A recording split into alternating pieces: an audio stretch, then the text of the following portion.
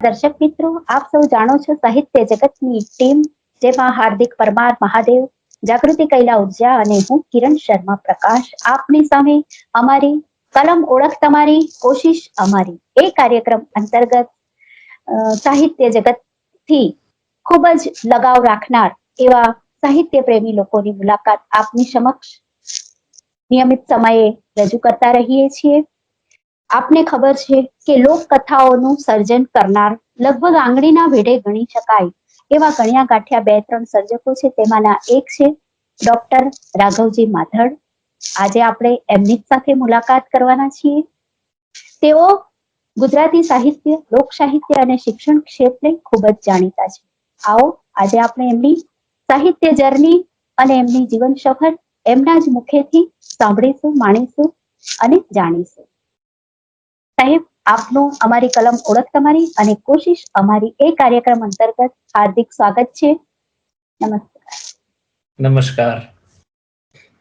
દર્શક મિત્રોને સાહેબ જણાવશો આપનો સ્વપરિચય પહેલા તો, અને આપની મૂળ વતન, આપની કર્મભૂમિ એ જણાવશો। પ્રથમ તો અહીં ઉપસ્થિત થવા માટેનો જે મને મોકો આપ્યો એટલે એનો રાજીપો, અને સાથે સાથે અરસપરસ આપણે જોડાઈ રહ્યા છીએ એના અભિનંદન અને શુભેચ્છાઓ પાઠવીને મારી વાતને શરૂ કરું છું। મારું વતન છે અમરેલીની બાજુમાં દેવળિયા ગામ। આ ગામમાં એકાદ વર્ષ પહેલા જે પ્રાથમિક શાળામાં હું ભણતો હતો એની સામે એક બહુ જૂની પુરાણી વાવ હતી, અને એ વાવને ખોદવાથી અંદર શિવલિંગને આખું એક મંદિર અંદરથી નીકળ્યું, અને ગામ સમસ્તે ભેગા થઈને એ ગામનું નામ દેવભૂમિ દ્વારકા એવું જાહેર કર્યું, અને થોડા સમય પહેલા એ ગેઝેટમાં પણ એ નામ પ્રસિદ્ધ થઈ ગયું। એટલે હવે એમ કહી શકું કે મારું ગામ એ દેવભૂમિ દેવળિયા છે, જે અમરેલીથી 8 કિલોમીટર દૂર છે। મારો જન્મ પણ ત્યાં, મારું બાળપણ, મારો ઉછેર, મારું પ્રાથમિક શિક્ષણ પણ એ દેવળિયા ગામમાં। 1/9/1961 એ મારી સરકારી ચોપડે જન્મ તારીખ લખેલી છે। એમાં પણ આપણને નવાઈ લાગશે કે એ વખતે પ્રાથમિક શાળાના શિક્ષક મગનભાઈ રાણવા કરીને આજે હજુ હયાત છે અમરેલીમાં, એ કઈ વિદ્યાર્થીના નામની નોંધણી માટે નીકળ્યા, અને અમે 4-5 મિત્રો બધા રમતા હતા, તો બધાને નામ પૂછ્યા, સાથે પૂછ્યું કે તારા બાપનું નામ શું, એમ મારું નામ અને મારા બાપનું નામ લખીને પછી બધાની 161 જન્મ તારીખ લખી નાખી। અને એ સમય એવો હતો કે ત્યારે 1/6 લખવું, કોઈની જન્મ તારીખ યાદ ન હોય અથવા તો એના સાધનિક પુરાવા ન હોય તો 1/6 લખવું, એટલે એ રીતે 161 મારી જન્મ તારીખ લખાયેલી। અને 1 થી 7 ધોરણનું પ્રાથમિક શિક્ષણ મેં દેવળિયા ગામમાં લીધેલું। આ દેવળિયા ગામ અને નિશાળ એટલા માટે ઐતિહાસિક છે કે એ ગાયકવાડી વખતનું ગામ, નિશાળ પણ ગાયકવાડ સરકારે બંધાવેલી, અને એ નિશાળમાં આપણા પ્રથમ મુખ્યમંત્રી ડોક્ટર જીવરાજભાઈ મહેતા 1 થી 4 ધોરણ ભણ્યા હતા। એટલે એ નિશાળમાં મને ભણવા માટેનું સદનસીબ પ્રાપ્ત થયું, એમ કહું તો પણ ચાલે। એટલે મારું બાળપણ અને મારું પ્રાથમિક શિક્ષણ એ મારા ગામમાં, મારા વતનના ગામમાં, દેવળિયા ગામમાં જ થયું। ખૂબ જ સરસ। આપનું ભણતર, પ્રાથમિક શિક્ષણ ત્યાં થયું, ત્યારબાદ આપની જીવન જે સફર સાહિત્યની અને આના જે શૈક્ષણિક છે તે આગળ વધતી ક્યાં સુધી ગઈ? સરસ કે આમ તો દેવળિયા ગામ અમરેલીથી નજીક, પણ શિક્ષણની રીતે એટલું એ આગળ વધતું હોય એવું નહોતું। અને એ 70 પછીનો તબક્કો, સૌરાષ્ટ્રમાંથી મોટા ભાગના લોકો સ્થળાંતર કરીને હીરા ઘસવા, રત્ન કલાકાર તરીકે સુરત અને મુંબઈમાં જવાનો ખૂબ જ ક્રેઝ, ખૂબ જ। અને એમાં 6ઠું 7મું ભણેલા છોકરાઓ છે તો હીરામાં બહુ સારું કામ કરે, પણ મારા પિતાશ્રી મજૂરી કરતા હતા, છતાં એની ઈચ્છા તો એવી જ હતી કે તું ભણ. એટલે 9 અને 10, 8, 9 ને 10 એ 3 ધોરણ હું અમરેલી કમાણી ખરોડ હાઈસ્કૂલની અંદર ભણ્યો. થોડોક સમય સાયકલ લઈને અપડાઉન કર્યું ને બાકી ત્યાં ઠક્કર બાપા છાત્રાલય અમરેલીમાં છે ને ત્યાં રહીને હું 10મું ધોરણ સુધી ભણ્યો. એ વખતે આર્થિક જરૂરિયાત ખૂબ જ હતી અને બસ એટલું ભણ્યા બહુ થઈ ગયું એમ. એટલે તરત જ પીટીસી કર્યું, અધ્યાપન મંદિર, 2 વર્ષનો કોર્સ, અને એ અમરેલી જિલ્લાનું છેલ્લું ગામ વડિયા, ત્યાં 2 વર્ષ પીટીસી કર્યું. એટલે 10મું ધોરણ પીટીસી અને 4-6 મહિના ઘેરે બેસવાનું રહ્યું ત્યાં મને પ્રાથમિક શિક્ષક તરીકેની નોકરી મળી ગઈ. અને હું અમરેલીનો એ વખતનો, અત્યારે જે જુનાગઢ જિલ્લામાં કોડીનાર તાલુકો છે એ અમરેલી જિલ્લામાં હતો ને એ કોડીનાર તાલુકાના એક ગામની અંદર હું શિક્ષક તરીકે લાગી ગયો. ત્યાં વાંચવાનું મને પહેલેથી શોખ હતો કે મારું ગામ છે ગાયકવાડી ગામ, સ્કૂલની અંદર મોટી લાઇબ્રેરી, સમૃદ્ધ લાઇબ્રેરી, એના પુષ્કળ પુસ્તકો વાંચ્યા. અને શિક્ષક તરીકે લાગ્યો એ પણ ગાયકવાડી ગામ, ત્યાં પણ સમૃદ્ધ લાઇબ્રેરી, એટલે વાંચવાનું ખૂબ બન્યું. અને વાંચતા પછી એમ થાય કે હું પણ ન લખી શકું, મારે પણ લખવું જોઈએ, આવો વિચાર એ વખતે સૂજેલો. પણ શિક્ષણની વાતને આપણે પૂર્ણ કરીએ પછી સાહિત્ય તરફ જઈએ. 10મું ધોરણ પૂરું કર્યું, પીટીસી પૂરું કર્યું, નોકરીએ લાગી ગયો, તો હવે શું એમ. પણ મનની અંદર એમ હતું કે ના, ભણવું તો છે જ, અહીંથી પૂરું નથી કરવું એમ. એટલે શિક્ષક તરીકેની નોકરી ચાલુ હતી. એ દરમિયાન મેં 12મું ધોરણ પાસ કર્યું, કોલેજના 3 વર્ષ પૂરા કરીને ગ્રેજ્યુએશન પૂરું કર્યું. ગ્રેજ્યુએશન પૂરું કર્યા પછી પણ એમ થયું કે ના, હજુ અહીંયાથી અટકવું નથી, મારે ભણવું છે એમ. તો માસ્ટર ડિગ્રી, MA ના 2 વર્ષ પૂર્ણ કર્યા. MA ના પૂરા કર્યા પછી મૂળ તો કોઈ કોલેજની અંદર લેક્ચરરશીપ, પ્રોફેસર થવાની ઈચ્છા, પણ એ બધા નિયમો બદલાતા રહ્યા સમયે અને ન છૂટકે મારે બીએડ કરવું પડ્યું. એટલે MA બીએડ થયો. હવે નોકરીની અપેક્ષા હતી કે મને હાઈસ્કૂલમાં નોકરી મળે.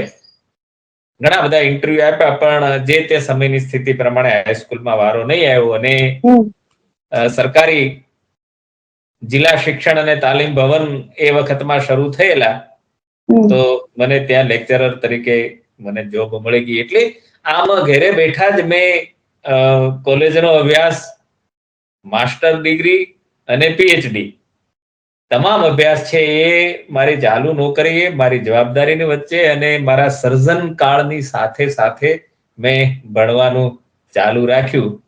ભણવાના કિસ્સામાં જ્યારે ઓબ્ઝર્વર જ્યારે હું MA ની પરીક્ષા દેતો હતો, મારા વર્ગખંડમાં આવ્યા એટલે આઈ કાર્ડ જોયું, હું તો ઊંધું બેસીને લખતો હતો એમ. અને જયારે આઈ કાર્ડ જોયું તો મને તરત ઉભો કર્યો, મને કે તું શું આવ્યો છે બધું પરીક્ષા દેવા? અને એ વખતે મારી એક વાર્તા MA ના અભ્યાસક્રમમાં ચાલતી હતી. મારે MA ની પરીક્ષા દેવાની બાકી હતી, તો એ હસવા મળ્યા. બીજું પણ જે આ સૈદ્ધાંતિક રીતે જે ડિગ્રી, જે લાયકાત જોઈએ તો જોઈએ. તો આ રીતે મેં ધોરણ 10 સુધી રેગ્યુલર સ્કૂલમાં રહી અને અભ્યાસ કર્યો. અને ત્યારબાદ 12મું કોલેજ, માસ્ટર ડિગ્રી, બીએડ અને પીએચડી તો ઘરે બેઠા જ કરવાનું હોય, તો એ રીતે મેં મારો અભ્યાસ પૂર્ણ કર્યો. વાહ, ખૂબ જ સરસ. ખરેખર પ્રેરણાદાયક આટલી લગીનની તમારી સફર રહી કે જે કોઈક બી આવી પરિસ્થિતિથી હારીને જલ્દીથી નોકરી પણ સ્વીકારી લેતા હોય છે, પણ જો મનમાં ધગસ હોય તો આવું આગળ ઘણું બધું વધી શકાય છે. બાકી ઘણા પણ એવું માને છે કે પીટીસી થયા અને શિક્ષક બની ગયા, બસ પતી ગયું, નોકરી મળી ગઈ, હવે આપણને આગળ શું જરૂર છે. અને કદાચ ભણે પણ છે તો પણ એમનો બીજે ક્યાંય નંબર લાગતો નથી. તમે નસીબદાર છો અને ખૂબ જ સરસ રીતે આગળ વધ્યા છો. તો હવે આપનું આ સાહિત્ય ક્ષેત્રે આગમન કઈ રીતના થયું? સરસ. એટલે પાયામાં તો મારું વાંચન ખૂબ હતું. એટલે ક્યારેક એવું થતું કે હું પણ આવું ન લખી શકું, વળી પાછું થાય કે ન લખી શકું એમ. પણ જ્યાં સુધી ધક્કો ના આવે ને ત્યાં સુધી લખી નથી શકાતું. કોઈ ધક્કો આવવો જોઈએ, કોઈ ચોટ લાગવી જોઈએ, અને તો જે અંદર પડેલું છે એ તમારી બહાર આવે. આમ જોઈએ તો મનુષ્ય બે વાતની વચ્ચે છે, એક વ્યક્ત થવું ને એક અવ્યક્ત રહેવું. દરેકને વ્યક્ત થવું હોય છે. વ્યક્ત થવાના માધ્યમો અલગ અલગ હોય છે. તો ખૂબ વાંચન પછી એમ થયું કે મારે વ્યક્ત થવું છે, મારે કશું લખવું છે. લખવાની શરૂઆત કરી પણ કશું કાંઈ સૂજે નહીં. પણ એ પૂર્વે મને લખવાનો મહાવરો હતો એમ. વળી પાછો સવાલ થાય કે લખવાનો મહાવરો ક્યાંથી એમ? તો કે એ વખતે પત્રો લખવાનો જમાનો હતો. સામેના પાત્રને તમે પત્ર લખો અને લાંબા લાંબા પત્રો આવે ને પછી લાંબા લાંબા પત્રો તમે સામે જવાબ આપો અને એ પત્રની એક રાહ જોવાતી ટપાલી ક્યારે આવે, ટપાલી ક્યારે આવે. જો કે આ નવી પેઢીને સંવેદન પામવું એની માટે હવે અશક્ય છે. હવે અશક્ય છે. તો એ રીતે લખવાનો મહાવરો હતો. સામે મારા બધા પત્રો પડ્યા છે. ટીવીમાં દૂરદર્શનમાં એક વખત ઇન્ટરવ્યુ હતું તો જે ચબરાક છોકરી મારી ઇન્ટરવ્યુ લેતી હતી એને ફેરી ફેરીને પ્રશ્ન પૂછી લીધો પત્ર લખવાનું કેમ બંધ કરી દીધું? મેં તું લખનારી ઘેરે આવે કે પછી કોને પત્ર લખવાના? જેને તમે પત્ર લખતા હતા એ જ આપણા ઘેરે આવી જાય પછી પત્ર લખવાનું ક્યાં રહ્યું એમ. એટલે મારી પાસે લખવાનો મહાવરો હતો. અને 1981માં સૌરાષ્ટ્રમાં વાવાઝોડું થયું. 3-4 દિવસ સુધી સતત વરસાદ આવ્યો અને મારા ગામની પાછળ શેત્રુંજી નદી છે. એ નદીમાં ઘોડાપૂર આવ્યું એટલે ઘણા બધા ગામ તણાઈ ગયા. મારું ગામ પ્રમાણમાં થોડું ઊંચાણમાં છે એટલે ગામ સુધી પાણી નથી આવતું. ગામના પછવાડે પાણી આવે પણ ઘણા બધા ગામ તણાઈ ગયા. એ જે 3-4 દિવસ અમે પસાર કર્યા એમાં એક રાત તો એવી રીતે પસાર કરી કે 2 દિવસથી વરસાદ વરસતો હતો. દેશી મકાન, કાચી ભીંતો એટલે બહાર નીકળાય એવી કોઈ સ્થિતિ હતી નહીં એમ. સાંજના સમયે પવન શરૂ થયો. પવનની ગતિ 40-45 સુધીની ગતિ. એટલે દેશી નળિયા એવી રીતે ઉડે કે જો તમે ભૂલે ચૂકે બહાર નીકળો ને એકાદું નળિયું જો તમારા માથામાં આવે તો કુહાડીનો ઘા હોય એવી રીતે જ વાગે એટલે તમે ઊભા ન થઈ શકો. એટલે અમે રાત્રે બધો આખો પરિવાર સાથે જ હતા, ઘરમાં બેઠા. એટલે પવન એટલો ઉડ્યો કે આગળની જે પડાળ, આગળનો જે ભાગ મકાનનો હતો એ આખો ઉડી ગયો. પાણી ઘરની અંદર પડે. આખો પરિવાર સાથે જ બેઠા હતા. કે ત્યારે આ ધૂસા ને ચાદરનો એવો જમાનો નહીં. ત્યારે ગોદડાનો જમાનો. ગોદડા બધા વીંટી લીધા. માથેથી ભીત જે કાચી હતી એ ગળતી ગળતી માથે પડતી હતી. વરસાદ પાણી માથે પડતું હતું. પણ આમ બધા સાથે હતા તો એમ હતું કે હવે જો કદાચ મોત આવશે તો બધા સાથે જઈશું. પાછળ નહીં એટલે એમ કશો અફસોસ નહોતો એમ. પણ પરિસ્થિતિ એ સર્જાણી કે પવન એટલો આવ્યો કે પવનની દિશા બદલાય, પાછળથી જે પડાળ હતી એ નળિયા ઉડી ગઈ એટલે મકાન ઉપરથી છત સાફ થઈ ગઈ. અને પછી તો વરસાદ, નળિયા જે થોડાક બચ્યા એ પાણી બધું જ માથે પડવા, ભીંતો ગળવા મળી. અને એ ગળતી ભીંતો બસ માથે પડે એટલી જ વાર હતી એમ. પણ કમનસીબે કે સદનસીબે જ કહી શકાય કે આ જીવન મળ્યું. અને એ રાત્રે પવન બંધ થઈ ગયો. પવન ફૂંકાતો બંધ થયો એટલે અમે બચી ગયા. એ જે ધક્કો આવ્યો ને એની વિગતે વાત કરું તો આપણો 1 કલાક ચાલે છે. પણ એ જે ધક્કો આવ્યો ને એ ધક્કાએ મને સૌથી પહેલી વાર્તા, એને વાર્તા તો ન કહી શકાય, પ્રસંગ લેખ જેવો, કાચા કુબા કઠણ માનવી. અને એ ચાંદની મેગેઝિનમાં પ્રગટ થયેલી. એટલે એક જે ધક્કો આવ્યો કે ધક્કો આવવાનું કારણ એટલા માટે હતું કે સવારમાં જયારે ઉઠ્યા, બધું જયારે જોયું ત્યારે અમુક લોકોને તો ખબર જ નહોતી કે વાવાઝોડું આવ્યું છે, કે આ લોકો મોતમાંથી બચી ગયા એવી ખબર જ નહોતી. કારણ કે એ બધા પાકા મકાનમાં રહેતા હતા. એના મકાનો પાકા હતા એટલે એને ખબર જ નહોતી કે આટલું વાવાઝોડું માથે થઈને ચાલ્યું ગયું છે. આ લોકો મોતની સામે જઝુમ્યા છે અને જીવ્યા છે. એ જે ધક્કો આવ્યો એ ધક્કાએ લખવાની શરૂઆત કરી. પેલી વાર્તા લખાઈ ત્યારે એવું નહોતું કે આ વાર્તા છે, પણ કોઈ પ્રસંગ કથા અથવા તો જે વ્યથા હતી એ વ્યથાને વ્યક્ત કરીને આ રીતે મારી લખવાની શરૂઆત થઈ એમ. વાહ! અને ખરેખર એ જોરદાર ધક્કો. અરે એ પરિસ્થિતિ જે તમે અત્યારે વર્ણન કરી તેની કલ્પના પણ ખાલી આપણે કરીએ ને તો પણ બે ઘડી એવું થાય કે કેવઈ ઝંઝાવાતની વચ્ચે તમે લોકો રાત પસાર કરી હશે એમ. કેમ કે બધાએ સામે મોતને ઉભેલું જોયું હોય અને ત્યારે કેટલાય વિચારો આવ્યા હોય. અને ખરેખર આજે ધક્કો તમને લાગ્યો અને તમારી જે સાહિત્ય સફર શરૂઆત થઈ અને એ સફરથી લઈને આજે આ મુકામ પર પહોંચી શક્યા છે. મેં તમારી ઘણી બધી વાર્તાઓથી માંડીને દરેક વસ્તુ ન્યૂઝપેપરોમાં ને બધામાં વાંચ્યા છે, લઘુકથાઓ બધી વાંચી છે. ક્યાંક ને ક્યાંક આ બધી બાબતોની છાટ પણ જોવા મળે આપણને, કે સત્ય હકીકત હોય જેમાંથી પસાર થયું હોય એ બીજાની વેદના સંવેદનાને સમજી શકે અને એ જ લખવા માટે પ્રયત્ન કરી શકે. ખૂબ જ ઉમદા કાર્ય આપણે થયું છે. આ પછી આગળ શું શું થયું, આગળ કઈ રીતના આપણે વધ્યા, આપણે આ કયા કયા પુસ્તકો પ્રકાશિત કર્યા, લખવા માટે આપણે શું કર્યું આગળ, દરેક દર્શક મિત્રોને આ જાણવાની ઈચ્છા, કેમ કે અમારી સાથે ઘણા બધા નવોદિતો પણ જોડાયેલા હોય જે એને માટે આ પ્રેરણાદાયક બની શકો છો. એટલે અહીંયાથી લખવાની શરૂઆત કરી અને એ વખતે ગુજરાત સૌરાષ્ટ્રમાં ફૂલછાપ દૈનિક આજે પણ પ્રગટ થાય છે, પણ એક પ્રતિષ્ઠા દૈનિકની જન્મભૂમિ ગ્રુપનું એ દૈનિક આજે પણ રાજકોટથી પ્રતિષ્ઠા સહ પ્રગટ થાય છે. પ્રમાણમાં એની નકલ ઓછી છે, પણ એ દૈનિકની એક પ્રતિષ્ઠા. એટલે પેલી વેલી લઘુ નવલ લખીને હું ત્યાં ગયો. લખવાની શરૂઆત થઈ ગઈ. કેવું લખાય છે, સારું નબળું એ તો હતું નહીં, પણ આમ લખાય છે તો લઈ કે ભાઈ બધાનું છપાય છે તો મારું પણ છપાશે એમ. એની પાસે હું એ લઘુ નવલ કથા લઈને ગયો. હરસુખ સંઘવી કરીને તેના તંત્રી, બાહોશ તંત્રી. એટલે એને આમ મને એમ કીધું કે એક કામ કર ભાઈ, આ નવલકથા એક બાજુ મૂકી દે.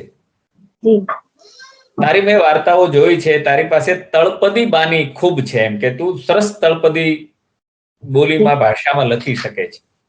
તો અત્યારે આ દૈનિકને લોક કથાઓની જરૂર છે. એટલે તું લોકકથાની કોલમ શરૂ કરે. આ તો બધું અમે જોઈશું, પછી જો પ્રગટ કરવા પાત્ર હશે તો અમે પ્રગટ કરીશું, પણ તું લોકકથાની કોલમ શરૂ કર. હવે શરૂઆતનો તબક્કો, અને એવા વખતે ફૂલછાપ જેવું પ્રતિષ્ઠિત દૈનિક અને એના પ્રતિષ્ઠિત તંત્રી આપણને એમ કહે કે ભાઈ તમે કોલમ લખો, એટલે એમ થયું કે આનાથી મોટી તો રળિયાત અથવા તો રળિયામણી ઘડી બીજી કઈ હોઈ શકે. મેં સ્વીકારી લીધું અને ધીંગી ધરાના જોમ કરીને મેં કોલમ લખવાની શરૂ કરી. કોલમ સત્ય કથા, લોક કથાઓ આધારિત આખી કોલમ હતી, પણ મારી પાસે જે તળપદ જીવનનો જે અનુભવ હતો ને, અનુભવ અને અનુભૂતિ, આમ તો સર્જન કર્મમાં સૌથી જો અગત્યની બાબત હોય તો તમારો અનુભવ અને વ્યક્ત કરવાની અનુભૂતિને વ્યક્ત કરવાની કળા. આ બે જો તમારી પાસે ન હોય તો તમે સર્જન કરી શકો નહીં, અથવા તો જે સર્જન કરો એ સર્જનમાં જીવ ન આવે, જીવંતતા ન આવે, અસરકારક ન થાય, ભાવકને એ સર્જન ચોંટે નહીં, એની અસર ન થાય. એટલે અગત્યનો મુદ્દો છે અનુભવ અને તમારી અનુભૂતિ. એટલે આ બધું જ હતું. તો ગામડે ગામડે જઈને લોક કથાઓ શોધી અને મારી શૈલીમાં કથાને રજૂ કરી. ખૂબ વંચાય, ખૂબ વંખણાય. એટલે કોલમનો જયારે મુદ્દો છે ત્યારે આખી વાત એને પૂરી કરવું એમ કે એ પછી તો ઘણું બધું લખાયું, પણ કોલમનો મુદ્દો આજે 1991 કે એ પૂર્વે થી રેગ્યુલર કોલમ લખવાની શરૂ કરી તો આજની તારીખમાં 33 વર્ષે પણ મારી કોલમ યથાવત ચાલે છે. છાપાઓ બદલાયા છે. એ પછીના લગભગ બધા છાપામાં કોલમ લખતો રહ્યો છું. એક છાપામાં કોઈ કારણોવશ લખવાનું બંધ થાય તો વચ્ચે માંડ 5-15 દિવસનો ગાળો અંતર જાય અને તરત બીજા છાપાનું કહેણ આવે અને લખવાનું શરૂ થાય. એટલે એમ કહી શકું કે આજે 33 વર્ષથી નોન સ્ટોપ કોલમ લખતો રહ્યો છું. કોલમ લખવું અઘરું છે, એના ફાયદા પણ એટલા છે ને એનું નુકસાન પણ એટલું છે. એ બધું છેડે સમજાય છે, પણ લખતો રહ્યો છું. હકીકત જેને આમ હળવાશની શૈલીમાં એમ કહી શકાય કે લખવા જેને થઈ જાય એને છૂટી ન શકે. સાચી વાત છે. કોલમ લખવાનો જે વા થઈ ગયો એ પછી છૂટી ન શકે. એનાથી ફાયદા ગેરફાયદા કે કોલમથી તમે સતત ઘસાતા જતા હો છો. એની સામે ફાયદો એ પણ છે કે તમે ભાવકોની વચ્ચે, વાચકોની વચ્ચે તમે જીવંત રહો છો. તમારે ફરજિયાત લખવું પડે છે. તમારામાંથી આળસ આવતી નથી. આળસને તમારે કોઈ પણ સંજોગોમાં ખંખેરીને પણ તમારે ઊભું થવું પડે છે અને લખવું પડે છે. એટલે કોલમ એ રીતે તમને જીવંત રાખે છે, તમને વાચકો સાથે કનેક્ટ કરતી રહે છે, તમને સજાગ રાખે છે અને સતત લખવું પડે છે. આળસ તમારામાં આવતી નથી, એટલે એ પણ ફાયદા છે. પણ સાથે સાથે ઘસાતા જવું પડે છે. ક્યારેક ક્વોલિટીના પણ પ્રશ્નો થાય, કારણ કે કોલમને તો દર રવિવારે એટલે એ ગુરુવારે એની પૂર્તિ તૈયાર થતી જતી હોય છે. તો ગુરુવાર સુધીમાં એને મેટર મળી જવું જોઈએ. અને મોટી મર્યાદા એ વખતે હતી કે ત્યારે ઝેરોક્સ તો હજુ આવી હતી.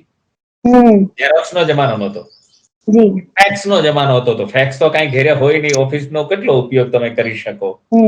એટલે માત્ર એ કોલમને તમારે કુરિયર દ્વારા અથવા તો બાય પોસ્ટ તમારે મોકલવી પડે.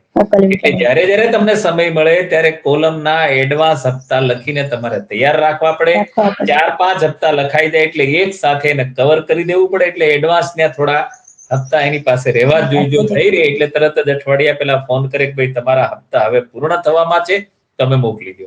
એટલે સતત સજાગ રહી અને એ લખતું રહેવું પડે. પણ હું રહ્યો છું, ક્યારેય હજુ સુધી કોઈ દૈનિક તંત્રીની કે સંપાદકની એવી ફરિયાદ નથી આવી કે ભાઈ તમારું મેટર નથી મળ્યું અને લખાયું, અરે અમારે કોલમનો ભાગ કેવી રીતે પૂરો. તો આમ 33 વર્ષથી કોલમ લખતો રહ્યો છું. આજે પણ ચંદરવો કરીને સંદેશની બુધવાર પૂર્તિમાં એ પ્રગટ થાય છે. તો આ કોલમથી મને ફાયદા પણ એટલા થયા છે અને સતત લખતું રહેવું પડે છે, કલમને ઘસતી રહેવી પડે છે, એમ કહું તો પણ ચાલે. એનાથી ગેરફાયદા પણ એટલા થયા છે. સાથે સાથે કોલમનો જ મુદ્દો આવ્યો છે ત્યારે લોકપ્રિયતાનો શબ્દ તમારી સાથે શેર કરવો મને ગમશે કે મોટાભાગના જે કહેવાતા વિવેચકો જાહેરમાં એમ કહેતા હોય છે કે ભાઈ લોકપ્રિય લેખક એની આમ સામાન્ય ગણતરી થતી હોતી નથી. પણ આમ હું જાહેરમાં પ્રશ્ન કરી ચૂક્યો છું કે કોને લોકપ્રિય નથી થવું? ક્યાં સર્જકને નથી થવું? જો કોઈને લોકપ્રિય ન થવું હોય તો એને કોઈ કૃતિ લખીને પ્રગટ ન કરવી જોઈએ. આ પહેલી વાત.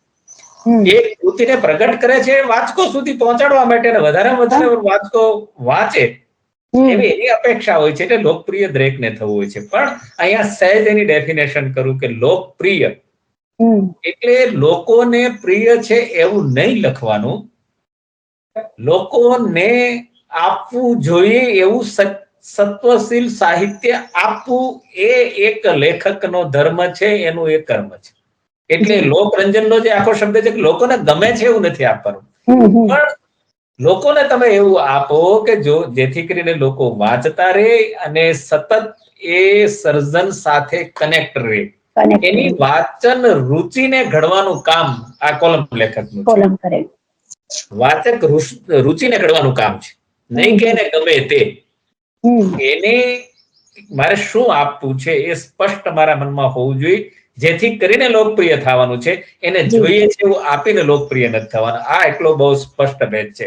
અને કોલમ છે, કોલમે વિશ્વભરના સાહિત્યકારોને ઘડ્યા છે. વિશ્વભરના સાહિત્યકારો એવું કહી શકું કે કોલમે ઘડ્યા છે.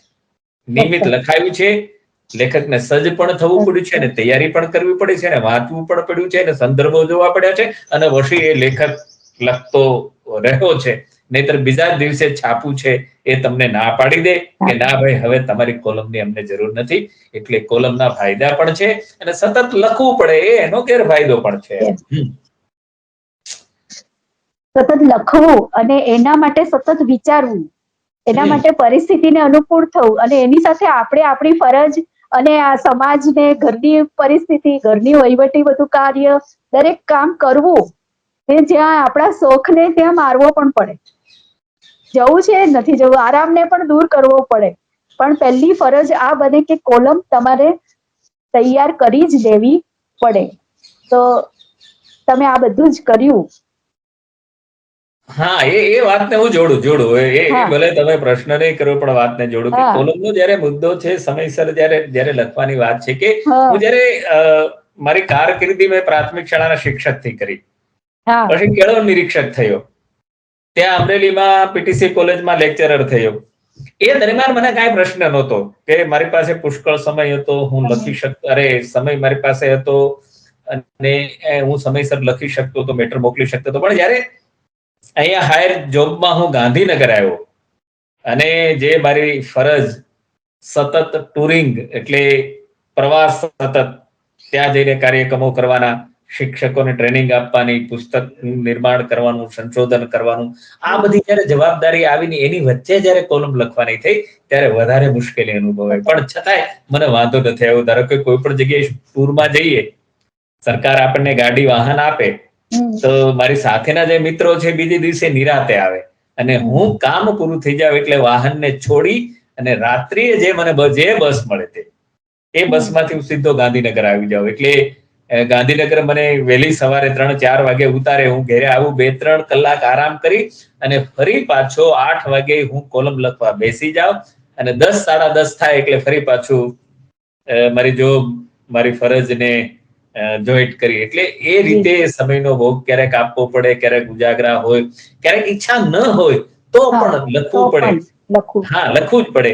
અને એવી રીતે લખવાનું કે ભાઈ આપણી જે કક્ષા છે, લખવાનું જે લેવલ છે, એનાથી સહેજ પણ આપણે ઓછા અથવા તો ઊણા ન ઉતરીએ, એની કાળજી સાથે લખવાનું. તો જ વાચક આપણી સાથે કનેક્ટ રહે, અને વાચકને એમ પણ થાય કે જે મળશે કઈ નવું હશે, સારું હશે, તાજું હશે, ને એમાંથી કશું કાંઈ ઊંડે પણ મળવા પાત્ર હશે. એટલે કોલમ લખવાથી આ બધી કાળજીને રાખી છે. પણ મૂળ મુદ્દો તો જે આપનો છે, એ આપના પ્રશ્ન પેલા વાતને જોડી દઉં કે ભાઈ આજ સુધીના કેટલા પુસ્તકો પ્રગટ થયા એની વાત કરું છું. પણ સૌથી પહેલા મને વાર્તા લખવી ગમી છે. ટૂંકી વાર્તા, ગુજરાતી ભાષાની ટૂંકી વાર્તામાં ખેડાણ કરવું મને ગમ્યું છે પહેલેથી. નવલકથા, લોકકથા, નાટક આ બધું જ લખ્યું. પણ મને ટૂંકી વાર્તા લખવી ગમી છે. લખવી ગમવાના થોડા કારણો પણ છે. એક તો જ્યારે મેં વાર્તા લખી છે, અને વાર્તાને જ્યારે કોઈ હરીફાઈમાં કે ઇનામ પાત્ર જે પ્રવિધિ હોય એની અંદર મેં પ્રસ્તુત કરી છે, ત્યારે લગભગ મને ઇનામો મળ્યા છે. 1991 થી લઈને 95 સુધીમાં ટૂંકી વાર્તાના જે વાર્તાઓ હરીફાઈ થઈ, નેશનલ કક્ષાની અને ઇન્ટરનેશનલ કક્ષાની હરીફાઈઓ થઈ, એમાં પણ ગુજરાતી ભાષા તરીકે મારી 5-7 વાર્તાઓને એક સાથે, એટલે સમયાંતરે 6 મહિને, 2 મહિને, વર્ષ દિવસે ઇનામો મળ્યા. એટલે એને મને પ્રોત્સાહન પૂરું પાડ્યું. એટલે મારો વાર્તા પ્રત્યેનો લગાવ ખૂબ જળવાઈ રહ્યો, અને વાર્તા લખવી જ મને વધારે ગમી.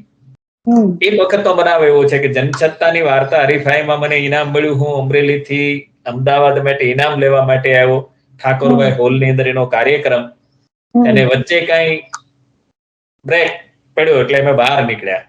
ત્યારે આપણા 3 મૂર્ધન્ય સાહિત્યકારો, એક સાહિત્યકાર તો મારા ગુરુ છે ને આજે હયાત છે, શ્રી રજનીકુમાર પંડ્યા, શ્રી દિલીપ રાણપુરા અને જોસેફ મેકવાન, ત્રણેય બહાર ઉભેલા. એટલે એક જણાએ મને બથ ભરીને મને કે સૌરાષ્ટ્રની ભાષામાં એવું કીધું, મને કે તે કઈ ઉધડું રાખ્યું છે ઇનામ લેવાનું? ઉધડું રાખવું એટલે આમ સાગમટે બધું ભેગું કરી લેવું. અમે તને દેખાતા નથી, પણ એમ કરીને એનું આનંદ, એનો રાજીપો વ્યક્ત કરતા હતા. મને મેં એમ કીધું કે સાહેબ, આપ 3 મૂર્ધન્ય સાહિત્યકારો મને જે આ કહો છો ને, મને લાગે છે કે આનાથી મોટું મારી માટે બીજું કોઈ ઇનામ નથી. એટલે એ રીતે મને વાર્તા સર્જન કરવું બહુ ગમ્યું છે. સતત વાર્તા લખવી, મને વાર્તા લખવાનું જો મળે તો બાકીનું હું એ પછી લખું છું. એટલે મારે વધારે જે કાંઈ સર્જન થયું હોય તો એ વાર્તા ક્ષેત્રે થયું છે. પછી આપ જ્યારે પુસ્તકોની વાત કરું છું એટલે થોડા પુસ્તકોના નામ હું બોલી જાઉં છું. 36 જેટલા, આજની તારીખમાં 36 જેટલા પુસ્તકો મારા પ્રગટ થયા છે. સારી વાત એ છે કે ગુજરાતના જે સર્વશ્રેષ્ઠ, જેને આગલી હરોળમાં મૂકી શકાય એવા પ્રકાશકો દ્વારા મારા પુસ્તકો પ્રગટ થયા છે. સૌથી પહેલું જે મારું પુસ્તક પ્રગટ થયું, ઝાલર વાર્તા સંગ્રહ, એની 8 કે 9 આવૃત્તિ થઈ આજની સુધીમાં. એ 1991માં એનું વિમોચન અમરેલી થયેલું. રજનીકુમાર પંડ્યા, જોસેફ મેકવાન અને દિલીપ રાણપુરા, એ ત્રણેય મુરબ્બીઓ અમારા વિમોચનના કાર્યક્રમમાં આવેલા. એટલે એની 8 કે 9 આવૃત્તિ એ વાર્તા સંગ્રહની થઈ છે. એને ગુજરાત સાહિત્ય એકેડેમીનું ઇનામ પણ જે તે વખતે મળેલું. પછી સંબંધ, જાત્રા, અમરફળ. આ અમરફળ એ ગુજરાત સાહિત્ય એકેડેમીએ પ્રગટ કર્યું છે ને, એની પણ 2 આવૃત્તિ થઈ. પછી મુકામ તરફ, પછી આમ બન્યું. આ મારા વાર્તા સંગ્રહો છે કે એમાં જે મારી વાર્તાઓ પ્રગટ થઈ તે વાર્તાને પસંદ કરી અને એ વાર્તાઓ અંદર મૂકી છે. વાર્તાનો મુદ્દો છે ત્યારે આપણા એક અધ્યાપક ડોક્ટર રાજેશ મકવાણા, એને વાર્તા સંપદા કરીને મારી 21 જેટલી વાર્તાઓ, આજ સુધીની બધી વાર્તાઓ વાંચી, અભ્યાસ કરી, અને એને જે કાંઈ જુદી લાગી એવી વાર્તા 21 વાર્તાઓ પસંદ કરી અને એનું સંપાદન કર્યું છે. એ વાર્તાને જે તે વિવેચકો પાસે વાર્તાઓ વિશે લખાયું છે, અને એ બધી જ વાર્તાનું સંકલન, સંપાદન વાર્તા સંપદા નામે RR શેઠ પ્રકાશકે પ્રગટ કર્યું છે. સાથે સાથે લોકકથાની વાત આજે આપણે સરસ બાંધણી કરી, શરૂઆત કરી કે આજે લોકકથા લખનાર બહુ ઓછા સર્જકો છે. એક તો દોલત ભટ્ટ અત્યારે બહુ છેલ્લી અવસ્થામાં છે, શારીરિક રીતે સશક્ત નથી, પથારીવશ છે. દોલત ભટ્ટ, કનુ આચાર્ય, પદ્મશ્રી જોરાવરસિંહ જાદવ, રાઘવજી માદળ, આવા ગણ્યા ગાંઠા જ લોકકથાઓ લખે છે. ન લખવાના ઘણા કારણો છે, પણ લખનારા હવે નથી રહ્યા. પણ લોકકથા જેમ ટૂંકી વાર્તા ને અથવા તો લોકકથાને ઝવેરચંદ મેઘાણીએ જે રીતે ટૂંકી વાર્તાના ખરલમાં ઘૂંટી અને લોકો સામે મૂકી, લોકોને વાંચતા કર્યા જુદી રીતે સાવ, તો એવા પ્રકારની લોકકથાઓમાં લોક વાર્તાની લહાણ, ધીંગીધરાના જોમ, ઇતિહાસનું સોનેરું પાનું ભાગ 1-2, ઇતિહાસનું અમર પાનું, એવા હતા મનેક, અને લોકવાણી, એટલા અમારા લોકકથા સંગ્રહ છે. આ લોકકથા સંગ્રહની સાથે થોડી વાત કરી લઉં કે જેટલી મારી કોલમમાં લોકકથાઓ આવતી હતી એ લોકકથાઓનો આ સંગ્રહમાં સમાવેશ થયેલો છે.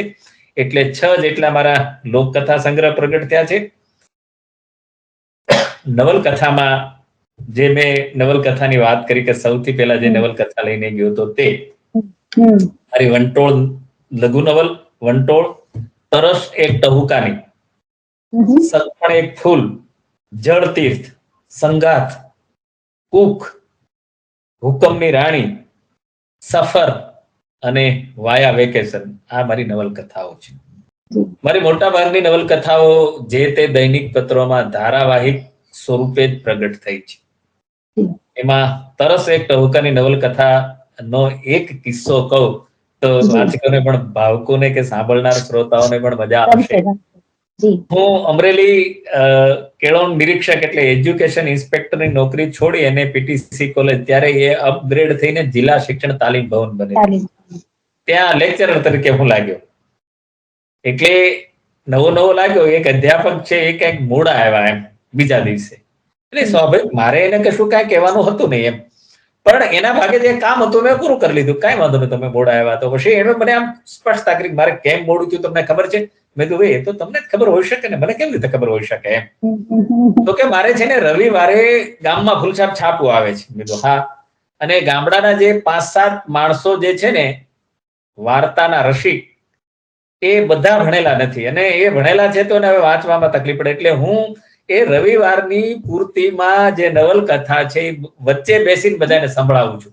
પણ રવિવારે હું બહાર હતો, એટલે આજે સવારમાં બધા ભેગા થયા મારે ઘરે આવીને કે નહીં આ નવલકથા, તમે આ નવલકથાનો ભાગ મને પૂરો કરી દો. એટલે કે નવલકથા વાંચવામાં મને મોડું થઈ ગયું એમ, મને આખી ઘટના સમજાય ગઈ એટલે હું મળ્યો હસવા એમ. એટલે એને આમ કે આમાં હસવાની કઈ વાત નથી એમ, મને એને એવું કીધું એમ. બધું મારા માટે છે. બધું તમે જે નવલકથા વાંચીને આવે એ નવલકથાનો લેખક હું જ છું એમ. એ મારી સામે જોઈ જ રહે તો વિજ્ઞાનના માણસ.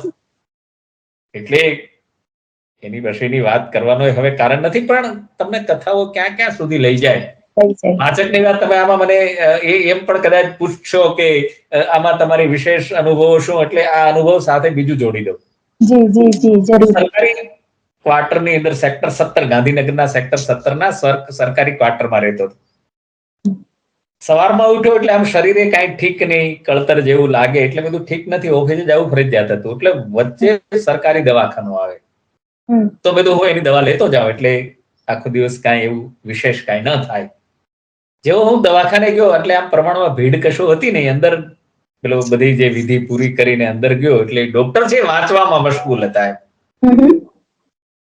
એટલે હવે મારે ઓફિસે જવાની ઉતાવળ એમ, એટલે અડધો મિનિટ એમનો ઉભો રહ્યો, પછી એને ખ્યાલ આવ્યો કોઈ પેશન્ટ છે, એટલે એને આમ બહુ બોલું જેને વાંચવાનો લઈ તૂટ્યો ને એટલે બહુ નહીં ગમ્યું એને, મારી રીતે, મારી સામે એને જોયું, એ નજરમાં જતું એટલે બધું ભાઈ મને તાવ ને સળેખમ ને એવું છે, એટલે એ તો એ ડોક્ટરને ખબર જ હોય કે ભાઈ આ બધું વાયરલ ઇન્સ્પેક્શન છે, તો એને જે પેલામાંથી દવાઓ કાઢીને મને આપી દીધી. મને કે આ 3 ટાઈમ લેશો ને તો મટી જશે એમ. મેં લઈ લીધી દવા, એટલે છતાંય ઉભો રહ્યો એટલે ફરી એને મારે સામે જોયું. એટલે મેં કીધું સાહેબ આપ જે પુસ્તક વાંચો છો ને એ પુસ્તકનો લેખક હું છું. હવે એને આમ કેટલું પેલું થયું હશે એમ. ઘડી પર ગાંડો માણસ છે અને ગાંડાની હોસ્પિટલમાં ખરેખર જવું જોઈએ, અહીંયા આવવાની જરૂર નથી, અથવા તો હું જે સાંભળું છું ખરેખર સાચું છે. તો એ 2-4 પળો જે પસાર થઈ એ કેમેરામાં કેદ ન થઈ શકે એવી પળો પસાર થઈ. અને પછી તો ઓળખાણ થઈ સારી. અને એ ડોક્ટર નાયક સાહેબ આજે ગાંધીનગર સેક્ટર 2 માં રહે છે. કે હું એટલા માટે કે એની હયાતી છે ને આ કિસ્સો બોલું છું. તો વાંચન, તમારું લેખન, ભાવકો તમને કેવા કેવા અચરજમાં મૂકી દે છે. સાથે સાથે લખવાની વાત કરી એનો પણ કિસ્સો કહું તમને કે આ લખવાનું સૂજ્યું કેવી રીતે. આપણે એમ થાય કે મનની અંદર કશું ભરાય જ્યાં સુધી બહાર ન આવે ત્યાં સુધી તમને જમ્પ લેવા ન દે, પારકી પીડા તમને જમ્પ ન લેવા દે. તો 7મું ધોરણ અમે પૂરું કર્યું. 7મા સુધી જયારે ભણતા હતા ત્યારે અમારા શિક્ષકો અમરેલીથી અપડાઉન કરે, ચોમાસું આવે એટલે એની સાયકલ ચાલે નહીં, બધાય રાતવાસો સ્કૂલમાં કરે, 3-4 શિક્ષકો. એમાં મગનભાઈ રાણવા હજુ જ છે અહીંયા અમરેલીમાં જ. એ એમ કે ભાઈ હવે મારે અમરેલી જવાશે નહીં એટલે રાત હું આ સ્કૂલમાં રોકાવાનો છું, તમને જેને ઈચ્છા થાય ત્યારે રાત્રે તમે અહીંયા આવજો, અમને મજા પડી જાય. એમ દફતર ત્યાં મૂકી દઈએ અને ઘેરેથી વેલા વાળું કરી અને કાચની શીશીમાં થોડું કેરોસીન ભરી અને સ્કૂલની અંદર આવી જઈએ. 2-3 જણા ભેગા આવે, કંઈક અંધારું હોય, કૂતરા કરડે ને બધું, એટલું બધું અંધારું. અને પાદરમાં છે નિશાળ, એટલે જેવા અમે અંદર આવી જાય એટલે થોડું ઘણું લેસન કરી અને ઝટપટ અમે કીધું સાહેબ અમારે લેસન થઈ ગયું છે, હવે જલ્દી વાર્તા કરો. મુદ્દો તો વાર્તા સાંભળવાનો, લોભ વાર્તા સાંભળવાનો.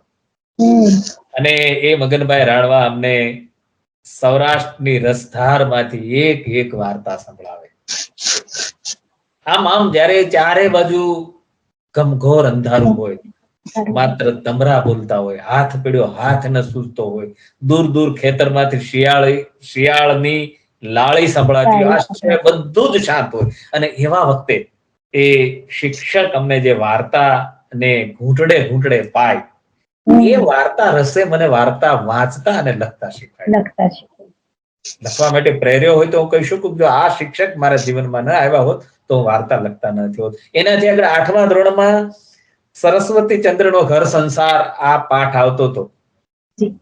અરે ગુણસુંદરીનો ઘર સંસાર અને સરસ્વતીચંદ્ર નવલકથાનો એક ભાગ. એ રવજીભાઈ કાચા કરીને ગુજરાતી લઈને એમણે આ ગુણસુંદરીનો ઘર સંસાર પાઠ ચલાવતા પૂર્વે 8 દિવસ સુધી અમને સરસ્વતીચંદ્ર નવલકથાનો સારાંશ કીધો. 8 દિવસ સુધી એને અભ્યાસક્રમ પૂરો થવાની કશી જ ચિંતા નહોતી.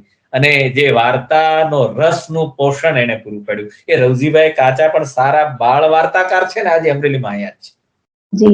તો આપણે આ બધા લખવા માટેની પ્રેરણાઓ જેને કહી શકાય, અથવા તો પોષક દ્રવ્ય જો કોઈ પૂરું પાડ્યું હોય તો આ બધી વ્યક્તિએ પૂરું પાડ્યું. અને એનાથી આગળ નાનપણમાં મારા દાદીમાં એ બહુ સારી વાર્તાઓ કહેતા. તો રાતના 2 વાગ્યા 3 વાગ્યા સુધી ચૂલાની આગમનમાં સાથે બેસીને, હું તો નાનો એવો, સાથે જે 2-5 સ્ત્રીઓ હોય એ બધી સાંભળતી, પણ એની વચ્ચે બેઠો સાંભળતો. તો આ બધું વાર્તા વાંચનમાં, વાર્તાના ભાવક તરીકે અને પછી વાર્તાના સર્જન માટે આ બધાની પ્રેરણા, આ બધાનો પોષક રસ મને સતત મળતો રહ્યો છે. એટલે આમ એમ કહી શકું કે મારું શ્રવણ સિદ્ધ થયું એટલે મારું લેખન વધારે સિદ્ધ થઈ શક્યું.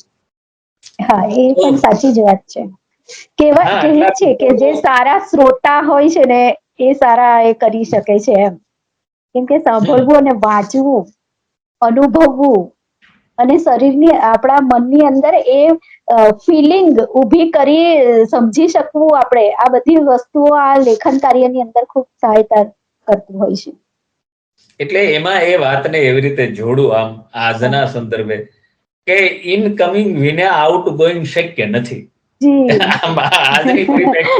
આજની પરિભાષામાં કેવું હતું. પછી આપ તો શિક્ષિકા છો એટલે એમ પણ કહી શકું કે જ્યાં સુધી તમારું શ્રવણ કૌશલ્ય સિદ્ધ ન થાય ત્યાં સુધી તમારું લેખન અને વાંચન અભિવ્યક્તિ સિદ્ધ થઈ શકે નહીં. એટલે સૌથી પહેલા છે એ માણસ સાંભળતા શીખવો જોઈએ. એટલે લખવાના પાયામાં અથવા તો કોઈ પણ કલાને અભિવ્યક્ત કરવા માટે તમારી આંખો અને તમારા કાન સરવા થાય એટલું જ નહીં, સિદ્ધ થાય તો તમે સરસ રીતે અભિવ્યક્ત થઈ શકો. એટલે મારી અભિવ્યક્તિમાં આ બધા મારા પાયાની બાબતો મારામાં આવી અને પછી એ વાર્તાકાર, નવલકથાકાર, લોકકથાકાર કે નિબંધકાર કે રેડિયો નાટક તરીકે પણ હું એમાં કામ કરી શક્યો. પુસ્તકના નામ બોલી જાઉં પછી આપ આગળ જે પૂછવું હોય તો. એ સિવાય નિબંધની અંદર મારા 3 સંગ્રહો પ્રગટ થયા. 2 શબ્દની વાત, 2 શબ્દ નહીં, 2 શબ્દની વાત. અને શબ્દ કબીરે વાપર્યો છે. એના ઘણા બધા અર્થો છે. અહીંયા એ અર્થો મૂકવાની જરૂર નથી, પણ 2 શબ્દની વાત, ભવની ભવાઈ અને ગુલમોહર, આ 3 મારા નિબંધના સંગ્રહો છે. શિક્ષણના પણ મારા સંગ્રહો છે કે વર્ગ એ જ સ્વર્ગ. આ પુસ્તક ખૂબ જ શિક્ષણ જગતમાં ખૂબ જ લોકપ્રિય નીવડ્યું અને લોકભોગ્ય, લોકોએ બહુ વાંચ્યું. આજની તારીખમાં પણ એ વેચાય છે, વંચાય છે. પછી મારી શિક્ષણ ગાથા, વર્ગખંડનું શિક્ષણ, આ મારા શિક્ષણના પુસ્તકો છે. ચંદ્રવો જે અત્યારે કોલમ ચાલે છે એના પણ 2 ભાગ પ્રગટ થયા. મનખાનો મેળો અને મનખાની મીરાત, આ 2 ભાગ એ ચંદ્રવો કોલમ અત્યારે ચાલે છે. એના 50 વાર્તાઓના સંકલનના પુસ્તકો પ્રગટ થયા છે. એ સિવાય દિવ્ય ભાસ્કરમાં ધુમ્મસ નામે કોલમ લખી. આ પણ કિસ્સો આપની સામે કે ભાવકો સામે, શ્રોતાઓ સામે મૂકવા જેવો છે કે મોટે ભાગે એક તો મારું નામ દેશી નામ, આજની તારીખમાં કોઈને યાદ રાખવું તો થોડું કપરું પડે છે, મને ખબર છે, મિક્સ થઈ જાય છે બધું એમ. પણ હવે છે એ માતાને થઈને એ વખતે ખબર નહીં હોય કે ભાઈ હવે આમને લેખક તરીકે કોઈ એવા પોપ્યુલર નામની જરૂર પડશે. પણ નામ હોય એ પોપ્યુલર થવું જોઈએ, પોપ્યુલર હોય એ નામ આપવું હોય એવું નહીં. એટલે દેશી લખવાનું, નામ દેશી. એ વખતે પત્રનો જમાનો તો કોઈ વાચક છે પત્રો લખતો ત્યારે એવું લખે પરમ આદરણીય, પરમ પૂજ્ય. તો આપણને થોડુંક હસવું આવે એમ કે ભાઈ હજી પરમ પૂજ્ય અને પરમ આદરણીય થવાની તો ઘણી વાર છે એમ, બહુ વહેલા છો. પણ ઠીક છે, લખે ઓલું નામ અને મારી શૈલી, ગ્રામીણ શૈલીના લીધે. તો મને એમ થયું કે હવે મારે મારી શૈલી બદલવી છે. મારે આ શૈલીમાંથી બહાર નીકળવું છે, આ ઘરેડમાંથી બહાર નીકળવું છે. એક ધારું જે લખું છું એમાંથી બહાર નીકળવું. તો દિવ્ય ભાસ્કર અને દિવ્ય ભાસ્કરની અંદર ધુમ્મસ કરીને કોલમ શરૂ કરી. એના જે સંપાદક હતા એની સાથે ચર્ચા કરી કે આપણે કેવું કન્ટેન્ટ પસંદ કરીશું.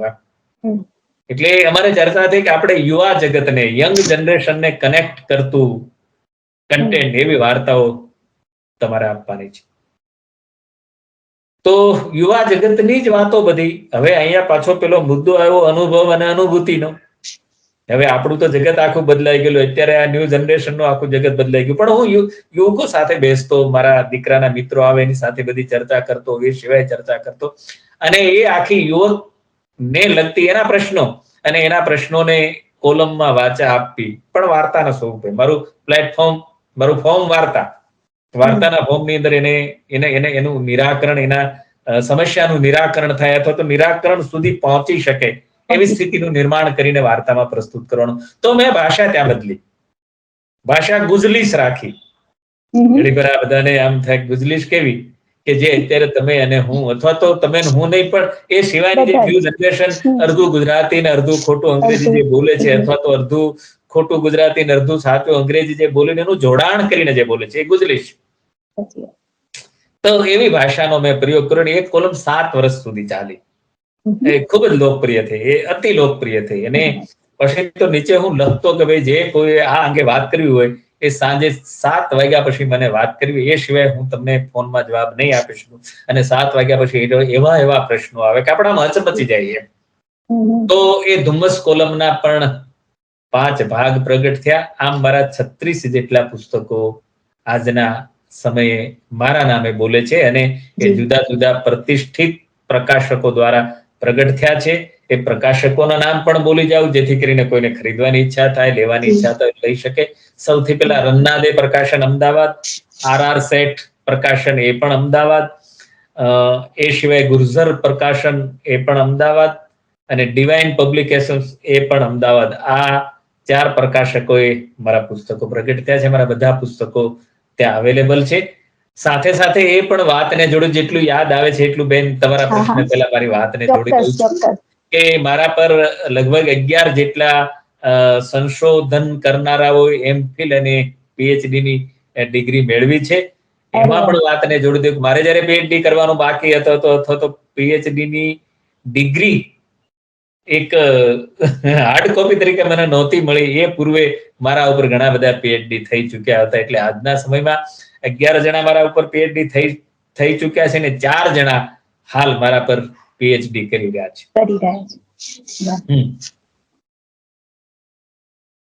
ઉમદા, ખૂબ જ સરસ. મારા ભાવક મિત્રો, વાચક મિત્રો અને શ્રોતા મિત્રોને આ બધું જોવા, જાણવા, સમજવા મળી રહ્યું છે. અને જે તમારી લઢણ છે, જે કહેવાની રીત છે, જેને તમે જોડો છો, એટલે એક ઉમદા લેખકના આનાથી વિશેષ શું ગુણ હોઈ શકે, એવો પણ મને વિચાર આવે છે. અને હું તો ખરેખર મંત્રમુગ્ધ થઈને બધું સાંભળી રહી છું. ખૂબ જ આનંદની વાત છે. આપણે પણ હવે કલમથી આગળ વધીને પણ કંઈક વિચાર છે કે શું કરવું છે, કંઈક નવી દિશા તરફથી જવું છે, એવો કંઈક વિચાર કર્યો છે? એટલે કલમથી તો આગળ મને લાગે છે કે બીજું કે આમ તો હું ઈશ્વરનો, સૃષ્ટિના સર્જન કરતાનો સતત આભાર માનું છું. જો કે તમે હું બધા આભારી છીએ કે જેણે આ મનુષ્ય દેહ આપણને આપ્યો, આ જગતની અંદર મનુષ્ય તરીકે આપણું અવતરણ કરાયું. એટલે એ સૃષ્ટિના સર્જન કરતાનો જેટલો આભાર માની એટલો ઓછો છે. મર્યા પછી શું છે, સ્વર્ગ છે, નર્ક છે, એની કોઈને ખબર નથી. બધી આપણી કલ્પનાઓ છે, બધી આપણી કલ્પનાઓ. પણ અત્યારે મનુષ્ય દેહ આ જગતમાં હયા છીએ, આ જ સાચું છે, આ સત્ય છે. એટલે પહેલા તો સૃષ્ટિના સર્જન કરતાનો એ આભાર માનવો રહ્યો કે ભાઈ તે મને આ જગતની અંદર મનુષ્ય તરીકે મોકલ્યો. બીજો આભાર છે કે હું શિક્ષક બન્યો. આ જગતની અંદર 2 મોટી ઉપલબ્ધિ મને હવે સમજાય છે, બધા હોદ્દાઓ ભોગવા પછી, કે માણસ હોવું અને શિક્ષક હોવું. આ જગતની સૌથી મોટી ઉપલબ્ધિ છે, સૌથી મોટી. શિક્ષક હોવું હોય તો ન ભૂતો ન ભવિષ્યથી.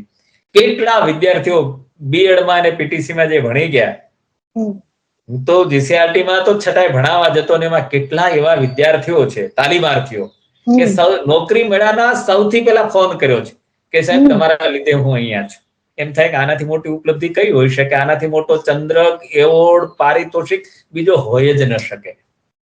તો શિક્ષક હોવું, અને એમાં પણ ઈશ્વરે આપણને જે શબ્દ આપ્યો, એનાથી એ ઋણ તો કદાચ આ જન્મારામાં પૂર્ણ નહીં થઈ શકે. એટલે આનાથી હવે શું આગળ? તો કે કશું જ નહીં. શબ્દ તો એ તો સાધના છે, અને સાધના તો આપણને ક્યાં સુધી પહોંચાડે એ તમે હું નથી જાણતા ને જાણીએ, બધું જ છે. એટલે આનાથી હવે કાંઈ આગળ હોઈ ન શકે કે બસ આ શબ્દની સાધના, કે ભાઈ હું આમ જ લખતો રહું, મારા ભાવકો આમ જ મને વાંચતા રહે, અને બસ આમ જ જન્મારો પૂરો થાય. આનાથી વિશેષ હવે કોઈ અપેક્ષા નથી. કારણ કે હું નહીં હોઉં તો પણ મારો શબ્દ હશે, શબ્દ જીવશે, મને એ રીતે જીવાડશે. એટલે હવે કોઈ એવી અભિપ્સા નથી કે આનાથી આગળ. એવોર્ડની વાત કરીએ, કોઈ આપણે એ વાત કદાચ આવશે જ, તમે કરશો જ મને, પણ એવોર્ડની વાત હોય તો ઘણા બધા એવોર્ડ મળી ગયા છે, ઘણા બધા.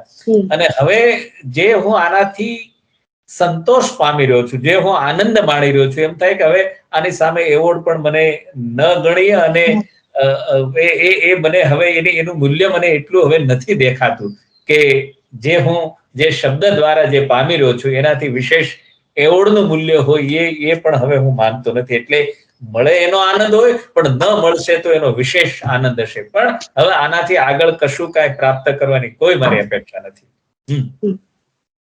ખૂબ જ સરસ સાહેબ. ઘણી બધી વાતોની અંદર બીજા બધા જ પ્રશ્નો આવી ગયા. આપના માર્ગદર્શક, પ્રેરણા, પ્રણેતા પણ અમે જાણી લીધા. આ સિવાય આપને સાહિત્ય સિવાયની અન્ય રુચિ, એ પ્રશ્ન હું નહીં જ પૂછું, કેમ કે તમે હમણાં જ કહ્યું છે કે શબ્દથી આગળ તો હવે કશું છે જ નહીં. તો આ સિવાય કોઈક રુચિ, આઈ થિંક આ સિવાયની મેં આપને એમ કહ્યું કે અચ્છા મારા કાન સમૃદ્ધ થયા છે, જી શ્રવણ કૌશલ્ય મને સિદ્ધ થયેલું છે. જી એટલે એક તબક્કે જ્યારે હું ગામડામાં હતો ત્યારે મને લોક કથાઓ કે લોક વાર્તાઓ, લોકગીતો, ભજન, સંતવાણી, ડાયરા, અને સૌરાષ્ટ્ર તો ડાયરાનો મુલક એમ. જી તો આ બધું બહુ સાંભળ્યું છે, મારી નસે નસમાં બહેતું હોય એવું લાગે છે. ચિત્રનો પણ મને એટલો શોખ હતો, ચિત્રો પણ એટલા સરસ દોરતો હતો, ગાવાનો પણ શોખ હતો, વગાડવાનો શોખ હતો, આ બધું હું કરતો હતો. પણ એ બધામાં છબછબિયા, માત્ર ને માત્ર ઊંડો ઉતરો હોતો સાહિત્યમાં. એટલે આજની તારીખમાં મને સાંભળવું બહુ ગમે છે કે અત્યારે નિવૃત્તિ કાળ છે, કાર્યક્રમો પુષ્કળ હોય, બહાર જવાનું હોય, બધું જ હોય, પણ સાંજે હળવાશના સમયમાં મને જૂના ગીતો સાંભળવા બહુ ગમે છે. અને હવે તો સૌથી મોટી બાબત એ છે કે આ ટેકનોલોજી, મોબાઈલ જયારે આપણા હાથમાં હોય તો આખું જગત આપણા હાથમાં છે. મોબાઈલ ન હોય તો એમ થાય કે આખું જગત લૂંટાઈ ગયું છે. આપણે પાસે કઈ છે જ નહીં. આપણે આમ હસતા હસતા ક્યારેક કહું કે આ જગતનો સૌથી ગરીબ માણસ કોણ? તો કે જેની પાસે મોબાઈલ નથી તે.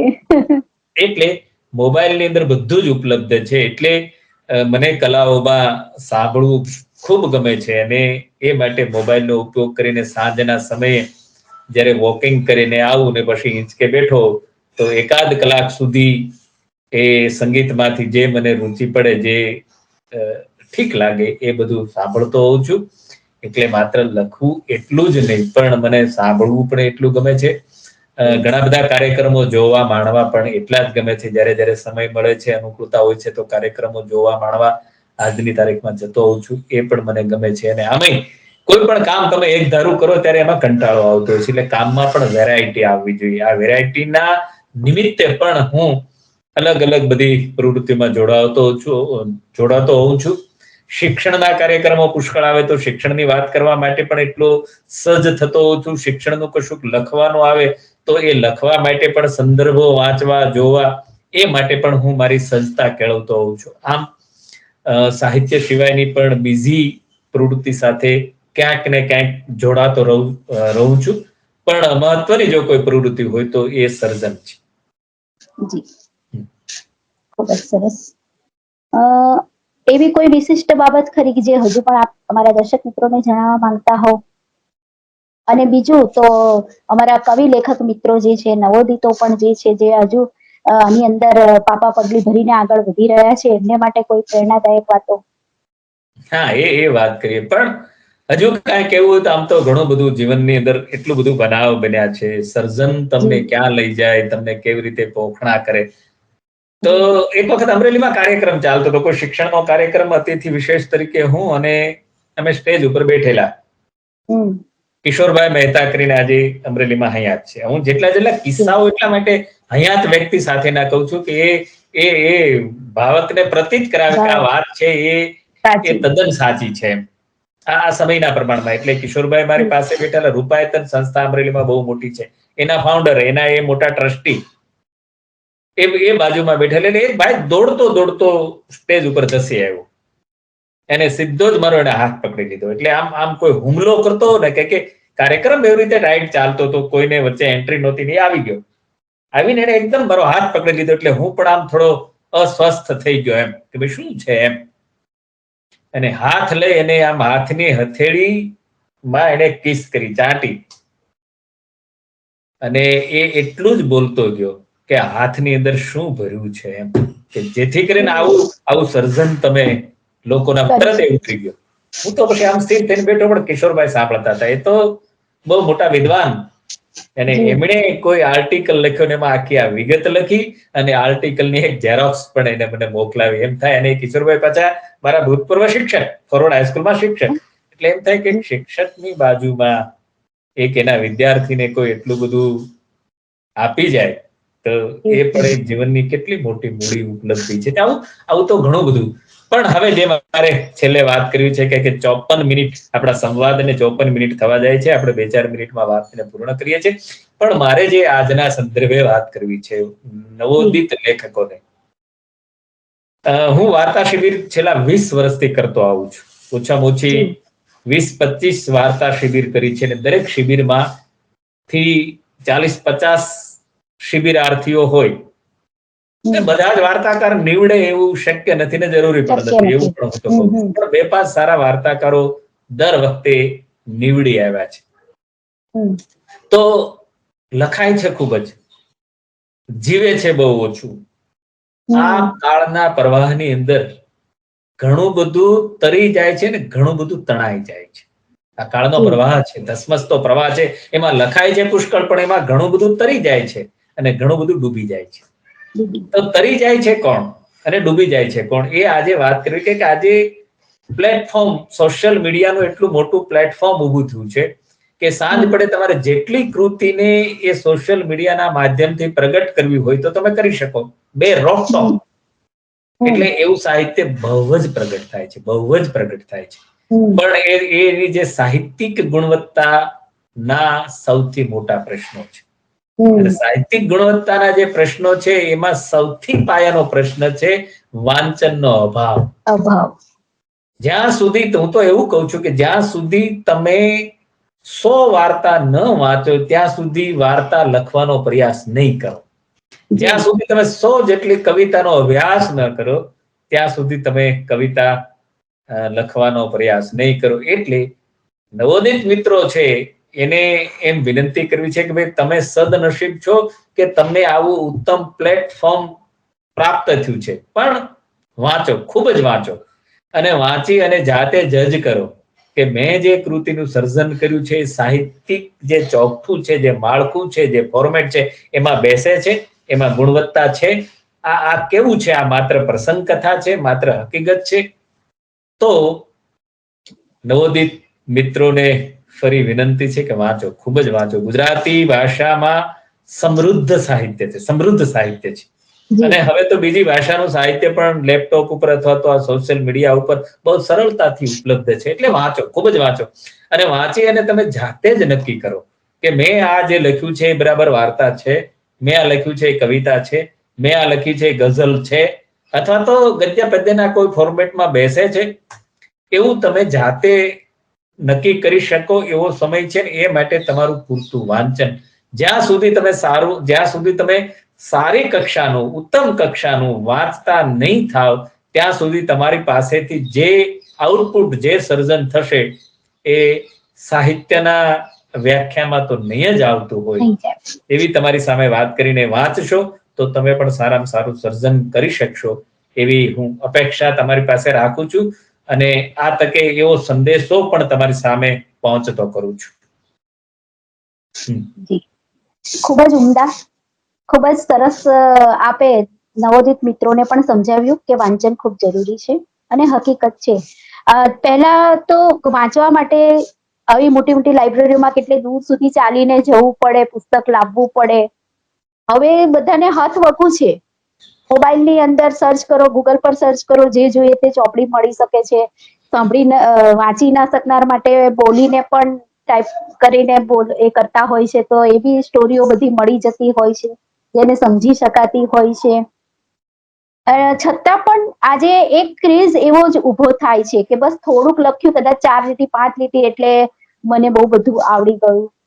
કદાચ અત્યારના જોકે એ બધી વસ્તુ આપણા માટે નથી અત્યારે, કે ન્યૂઝપેપરોમાં પણ ગમે તેમ બધું છપાઈ જાય છે. એમ જે ક્વોલિટી છપાવી જોઈએ તેવા હવે એટલા બધા ન્યૂઝપેપરો થઈ ગયા છે કે એની અંદર એવું જોવા નથી મળતું. અને કદાચ એક પણ કારણ હોઈ શકે કે જે નવોદિત અમુક છે, કારણ કે ઘણી વાર શું કહેવાય કે વોટ્સઅપના સાહિત્ય ગ્રુપો ચાલતા હોય છે, એમાં રોજ બરોજ એટલા બધા લોકો, એટલા બધા જોડાતા હોય છે સભ્યો, ત્યારે એવું થાય છે કે આટલા બધા લેખકો થઈ ગયા છે એમ. આપની વાતને સેજ મારે એક મુદ્દો ફરી કેવો છે, એટલે સેજ આપની રજા લઈને વાતને મૂકું છું કે વોટ્સએપ ઉપર અથવા તો સોશિયલ મીડિયા ઉપર જયારે કૃતિ મુકાય છે ત્યારે 1 સેકન્ડ પછી લાયક આવી શરૂ થઈ જાય. મને બહુ નવાઈ લાગે છે કે મેં જે કૃતિ મૂકી છે વાંચવામાં 5-10 મિનિટ તો સમય જાય તો તરત લાયક મળી જાય. અને ઘણા બધા મિત્રો છે એને 1-2 મિનિટમાં એમાં વળી જો થોડું નામ ફેરો હોય તો એટલી બધી લાયક મળે, એટલી બધી લાયક મળે, એટલે જેણે પોસ્ટ મૂક્યું એના પગ જમીન ઉપર રહેતા, સરવાળે એને નુકસાન થાય છે. કારણ કે એના મનની અંદર એવો ભ્રમ થાય છે કે હું સારો સર્જક છું એટલે તો મને એટલી લાયક મળી. એટલે લાયક છે એ તમારી કૃતિની ગુણવત્તા માટેનું માપદંડ નથી. આ આપણા મનની અંદર બીજી પ્રકાશન થવું. આજે ઘણા બધા છાપાઓ એવા છે કે એ તો ખોરાક છે, એને ખોરાક જોઈએ છે, એને જગ્યા પૂરવા માટે, જગ્યા ભરવા માટે તમારી કૃતિનો ઉપયોગ કર્યો છે. એટલે એનો અર્થ એ નથી કે કૃતિ પ્રગટ થઈ છે એટલે સારી છે, નબળી છે એમ આપણે નથી કેવું. સારી જ કૃતિઓ પ્રગટ, પણ છાપામાં પ્રગટ થાય એનો અર્થ એવો નથી કે એ તમારી કૃતિ સારી છે, કારણ કે એને જગ્યા ભરવા માટે જોઈ છે ને, ખાલી જગ્યા ભરવા માટે જોઈ. તો આ બે બાબતોથી નવોદિત સર્જકે બચવું જોઈએ, સભાન રહેવું જોઈએ, સાવચેત રહેવું જોઈએ, અને એમાં વિવેક બુદ્ધિ દાખવીને જો આગળ વધે તો એનો વિકાસ થઈ શકે એવી ભરપૂર શક્યતાઓ આજના સમયમાં છે. એકદમ સત્ય વાત છે. તો સાહેબ, આપણે આપનો કિંમતી સમય અમને આપ્યો. અમારી કોશિશ, કલમ તમારી, કોશિશ અમારી, અને એ અંતર્ગત આપણે ખૂબ જ ઉમદા વાતો કરી છે. અને ઘણી વાર એવું થતું હતું, મને પેપરનો બહુ શોખ હતો, હું નાનપણથી ખૂબ વાંચતી હતી. મારા ફાધર જે હતા એ પણ એક લેખક જ હતા, પણ ખૂબ નાની ઉંમરમાં જ, મતલબ કે લગભગ 36 વર્ષે જ મારા પપ્પાનો સ્વર્ગવાસ થઈ ગયો. અને એમણે ઘરમાં જ એક નાની લાઇબ્રેરી ખોલેલી હતી અને મને રોજ વંચાવતા પણ હતા. અને ત્યાર પછી પણ આજે પણ મેં આટલા થપ્પી એમની થોડી રાખી મૂકી છે, એમના અક્ષરોમાં લખેલું, એમના લખાણની. અને એ જે લખતા હતા તો એમ એવું થાય કે એ જમાનો કેવો હતો અને આજે કેવું છે. એના પરથી ખબર નહીં, કદાચ એ સાહિત્યનો એમનો રસ થોડો ઉતર્યો.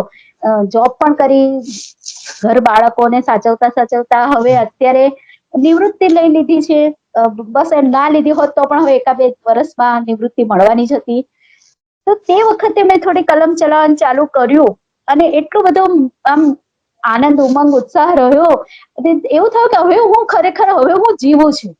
પેલા ખાલી જવાબદારી વહન કરતા હતા ને, અત્યારે એવું લાગે કે નહીં, હવે આપણે કંઈક કરી રહ્યા છીએ એનો અહેસાસ થાય છે.